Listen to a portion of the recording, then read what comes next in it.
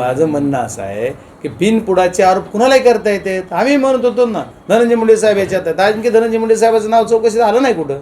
तसं धनंजय मुंडे साहेबाला तर आरोप करता येत असलं करतील, ती आरोप सिद्ध व्हावं लागतील ना की आमच्या आमदारांचे असं केलेलं आहे. ठीक आहे, जी आम्ही काय म्हणतो की विनाकारण आरोप करणं सोपं आहे, सिद्ध करून दाखवावं लागतील त्यांनी. मग SIT लाव, त्यांचं शासन आहे ना, सरकार त्यांचं, कलेक्टर त्यांचे, SP त्यांचे, मंत्री माझी तेच, सगळं गल्ली टू दिल्ली, भाजपी माझंच, राष्ट्रवादी माझंच, आणि पुन्हा दुसरं कोणचं आहे, शिवसेना काय म्हणतात का नाही माहीत नाही, सगळं माझंच म्हणतात नाही. त्याच्यामुळे त्यांच्या याला काय अडचण आहे, आपलं काय प्रॉब्लेम नाही, तरी सिद्ध करावं, आमचं काय म्हणणं नाही त्याचे. आम्ही त्यांच्या मताची सहमत आहे, त्यांनी जर सिद्ध करून दाखवलं तर.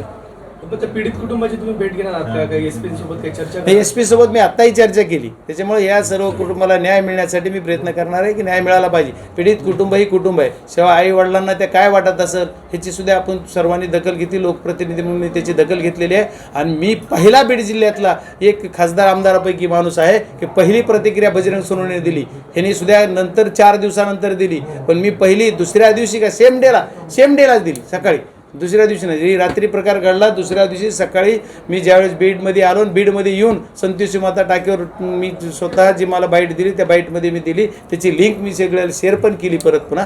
जे मला ते विषय नाही, त्याच्यामुळं कोण काय बोलतं याचा मला विचार नाही. मला प्रसिद्धी नाही पाहिजे, मला त्या कुटुंबाला न्याय पाहिजे, त्या न्यायासाठी मी आहे.